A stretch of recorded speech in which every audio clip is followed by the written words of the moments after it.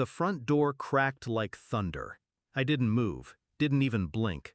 Just sat there in my new villa, fire warm at my back, a glass of Veuve in my hand, and their daughter curled against my side, asleep. Let them see what peace really looked like. It started with that message. We want to have a peaceful Christmas with James's parents this year. Like I was a noise they needed a break from. I read it twice, staring at the full stop. No emojis, no warmth, just finality. Enjoy yourselves, I replied. Then turned off my phone. I knew they weren't going to James's parents. They didn't know I already knew. Mia used to call me every Sunday. We'd talk about her job, the garden, her daughter's piano recitals. She used to laugh with me like she needed to. Then James married her, and slowly, she didn't. It wasn't one moment, it was many. Missed calls, delayed replies, excuses that smelled too clean. Then I saw the photos.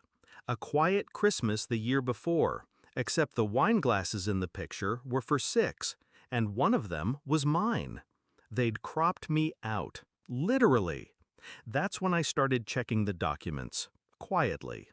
The house I'd co-signed? They'd refinanced it behind my back, removed my name, shifted ownership. Legally clever, ethically cruel. The trust I set up for my granddaughter? Dissolved, redirected, into their accounts. They hadn't just betrayed me, they'd erased me. So I erased them first.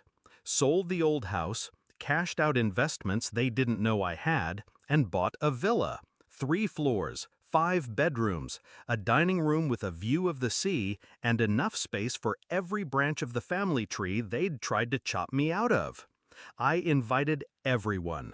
My brother from Edinburgh, my cousin Clara and her kids, even old Margaret, who never liked James. I sent handwritten invitations, and not one to Mia. Christmas Day, 4:42 p.m. The sun was setting in orange ribbons across the sea. The fire crackled low. Laughter spilled from the kitchen. My granddaughter was asleep on my lap, arms tight around my waist. Then the door shattered. I didn't jump. I'd been expecting them ever since I posted the group photo online. Me at the head of the table. Everyone smiling. My caption, "Grateful for the ones who never left." James stormed in first. "Where the hell is she?" he snapped. His voice was louder than the music, louder than the crackling fire, but not louder than my silence. Mia appeared behind him, her face tight with rage and mascara. "You invited everyone but us?" "You said you wanted peace," I replied. I respected that. James stepped forward. "Don't play this game. This stunt is called hosting," I said, standing slowly, gently shifting the sleeping girl to the armchair. I picked up the folder from the mantel, walked over, dropped it at James's feet. "What's this?" "Everything," I said. "Your forged transfers, the dissolved trust, the money trail." He didn't pick it up. Mia did. She opened the folder. Her hands shook as she flipped through it. "How did you?" "You should have remembered who raised you, Mia," I said quietly. "Who taught you to read the fine print, who showed you how to cover your tracks." Her lips parted, but no sound came. "You tried to make me disappear," I said, "but you forgot something." I stepped closer. My voice dropped to a whisper. I still owned the silence. They didn't shout after that, didn't beg. They just stood there, red-eyed and small in a room too big for them. James opened his mouth again, but I raised my hand before he could speak. "Get out."